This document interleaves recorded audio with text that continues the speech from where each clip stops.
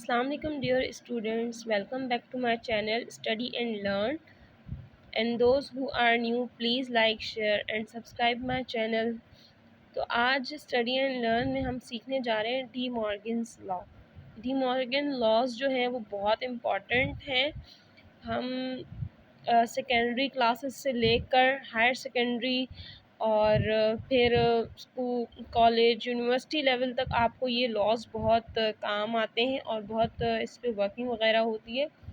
और अगर हम देखें सेकेंडरी क्लास में हमारे पास लॉन्ग में इससे क्वेश्चन ज़रूर आता है।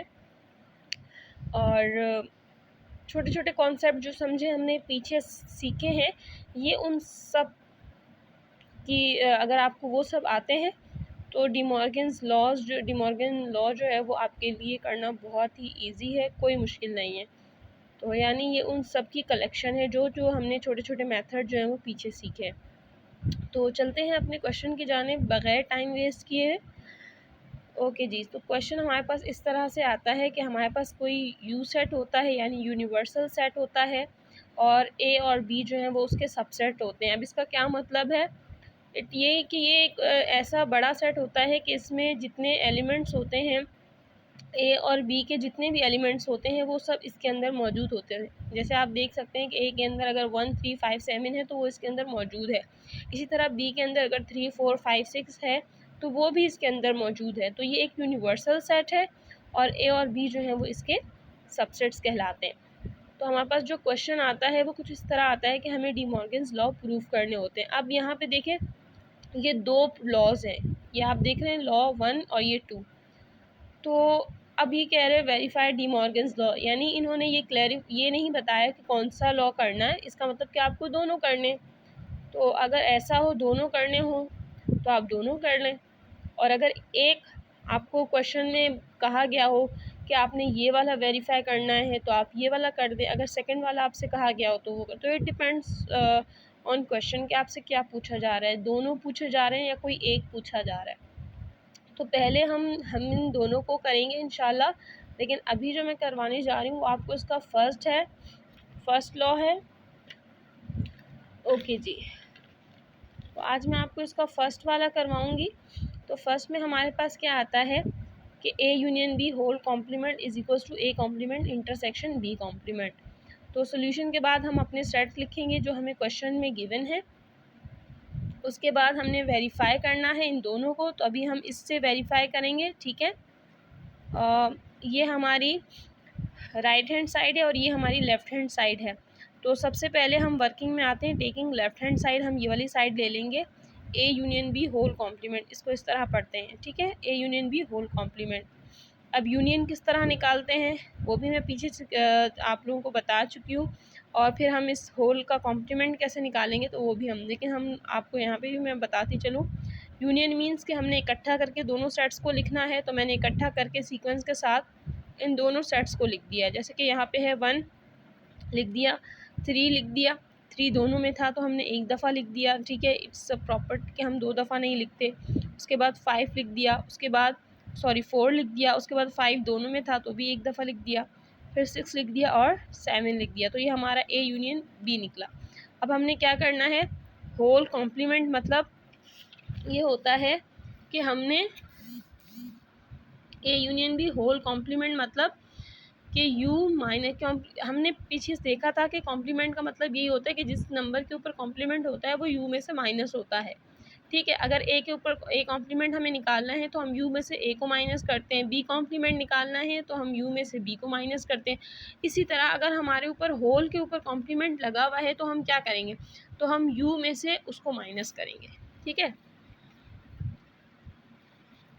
तो यू में से हम उसको माइनस करेंगे। तो सेम यही काम हम यहाँ कर रहे हैं कि A union B whole complement मैंने लिख दिया, ठीक है।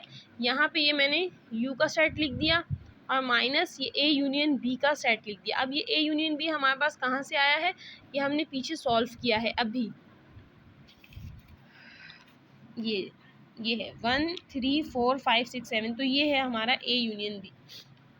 ओके जी, तो ये जो हमारा ए यूनियन बी निकला है इसको मैंने यहाँ रख दिया, ठीक है। अब हमने माइनस करना है। माइनस का मतलब होता है कि ये सारे एलिमेंट्स निकल जाएंगे। तो मैंने 1 3 4 5 6 7 के ऊपर जो है इसको कैंसिल कर दिया है, और अगर ये एलिमेंट इसमें मौजूद है तो यहाँ से भी निकलेंगे। तो यहाँ से भी 1 को मैंने कैंसिल कर दिया, 3 को, 4 को, 5 को, 6 को और 7 को। तो हमारे पास सिर्फ इस सेट के अंदर जो एलिमेंट बचेगा वो है 2।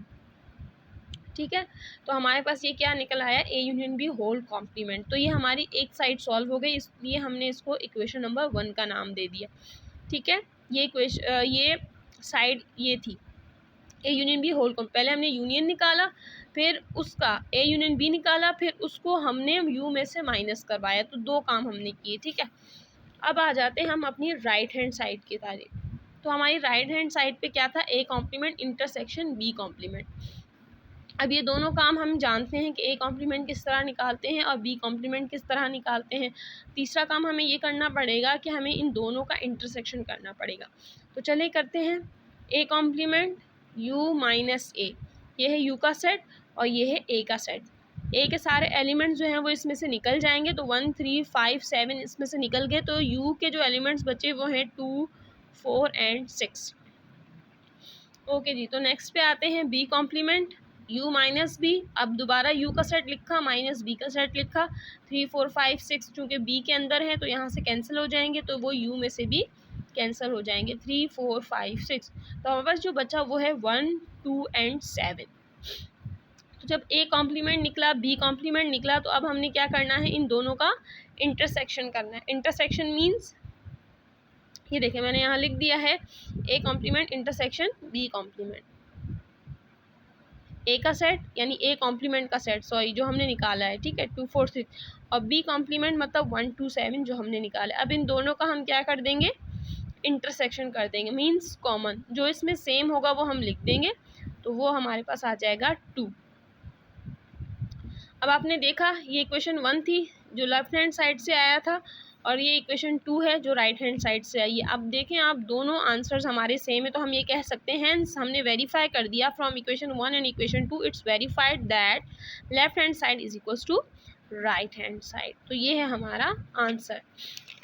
तो जी ये थी हमारी पहला लॉ हमने आज किया, और वो क्या था कि A union B whole complement किसके बराबर होता है, A complement intersection B complement के। ठीक है, इस साइड पे हमें 2 काम करने पड़े थे। हमने पहले यूनियन निकाला था और फिर उसका कॉम्प्लीमेंट निकाला। यहाँ पे हमें 3 काम करने पड़े। पहले हमने ए कॉम्प्लीमेंट निकाला और बी कॉम्प्लीमेंट निकाला, एंड देन हमने उसका इंटरसेक्शन किया। आई होप कि आप लोगों को समझ आया हो। अगर आप लोगों को मेथड समझ आया हो और अच्छा लगा हो तो काइंडली लाइक करें, शेयर करें और सब्सक्राइब माई चैनल। एंड इंशाल्लाह नेक्स्ट वीडियो में हम अपना सेकेंड जो लॉ है डी मॉर्गन्स लॉ वो सीखेंगे। तब तक के लिए अल्लाह हाफिज़। Thank you. Thanks for watching.